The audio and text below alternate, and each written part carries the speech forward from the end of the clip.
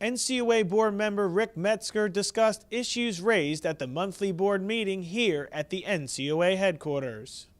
Could you elaborate on why the derivatives rule has been finalized and why it's important to credit unions? Well, good, and I'm glad you mentioned that because it has been final as of today. We listened very, very intently to all the comments that people made. In fact, if you look at it, I think board member Friesel pointed out, this has been in the mix for up to 3 years, trying to get this absolutely right. I think it's very, very important, number one, in terms of the cost, that we worked with staff to see how we could utilize our own human resources and expertise in this area, provide provisions if there are more credit unions than we might anticipate, where we have the option to bring some outside resources in but not commit that up front. So we think that's good stewardship. It's going to be a great tool for credit unions that have that expertise to be able to mitigate the risk we've talked about for a long time. And because of the management component that is required in order to utilize these very, very important but sensitive tools, we think it's going to be a benefit for the Share Insurance Fund, certainly a benefit to those individual credit unions, and we believe that the input that we received makes this a very, very sound rule. Board member Friesel brought up some of the additional costs that might be incurred as time goes on. Are you concerned that the costs could go up significantly as the rule progresses and as credit unions begin to adjust to it? I really don't see that.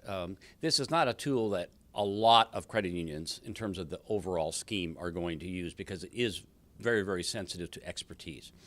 But once they have engaged in that authority, there's not going to be a lot of cost in terms of overseeing that type of an operation.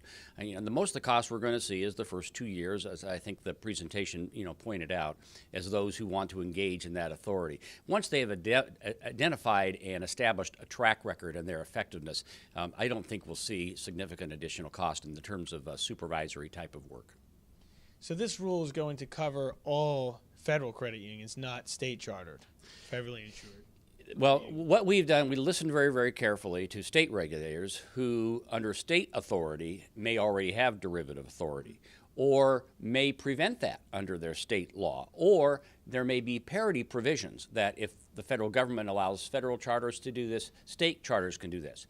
We were very sensitive to the rights of the states to regulate in that area and not usurp their authority. So it's still available under their existing authorities, but we're not taking those states who have that authority and telling them that they have to imprint our exact rule in order to exercise that. Looking at the risk-based capital proposed rule, the trade organizations have said that this was not covered under a dodd-frank, the risk-based mandates for credit unions, and then also that there should be a legislative solution in Congress, not necessarily through the regulator. How do you respond to that? Well, first of all, I think this demonstrates the independence of NCUA. We don't need someone else to have to tell us what is good policy. And certainly having risk-based capital requirements, when you talk about a share insurance fund, which everybody is liable for, makes sense. And we're exercising that independent judgment. And as you pointed out, or as you saw in the presentation, it's only a handful of the overall credit unions with the tool that has been created that are even going to find that they need to raise additional capital. And that will be an incentive for them, not only a requirement, but it's also an incentive to get their house in order, as over 90% of federal credit unions already have, insured credit unions already have good capital. So we learned how important capital is. It's very available. So is liquidity, except when you need it. So now is the time to make sure that that protection is put in place. And there's a tool that credit unions Yes. can use, a calculator for the risk-based rule. Could you talk about how that's going to be implemented? It'll be on our website, I believe, this afternoon, certainly by the time you're on air with this interview. And any credit union will be able to go on, put the name of their credit union in, and all the 5,300 call data has been all put together so they can instantly see whether we are well capitalized or not. I think that's good assurances to the majority of credit unions that are well capitalized. To those that need some work, I don't think that will be a surprise to them, but it will certainly give them a heads up that they need to get their balance sheet in order.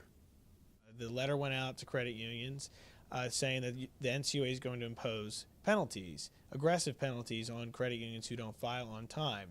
Do you think that is the best way to deal with this issue? And could you talk a little bit more about your opinion on it. Yeah. Well, first of all, there won't be aggressive penalties. There will be aggressive compliance. This is designed to get credit unions to do what they need to do, and that is just get their homework done on time. I mean, you've been in television. My old news director used to say, at 5 o'clock, that light comes on, and you can't go running up the set and say, we're not ready yet, folks. We'll be ready to do the news when we get some other stuff together. You've got to get done because and be on the air because that's your responsibility.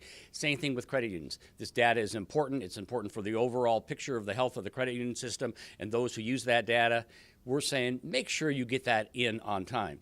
And you might remember that in December, we established a new policy beginning this call report in which credit unions will have approximately 5 more days to file their reports than they ever have in the past.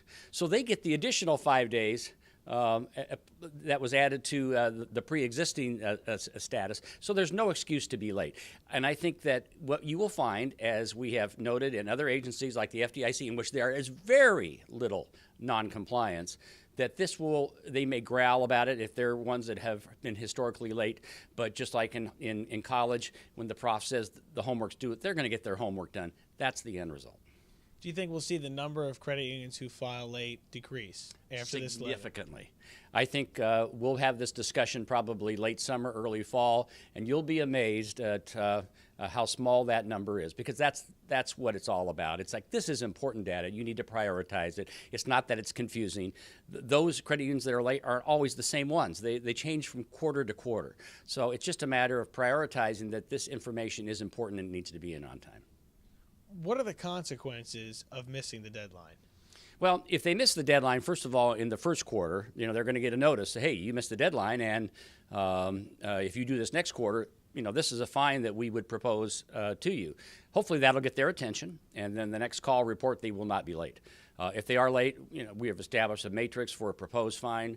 But again, the idea is to get compliance. If there's extenuating circumstances, they'll be able to appeal to their regional director and explain why the dog ate their homework.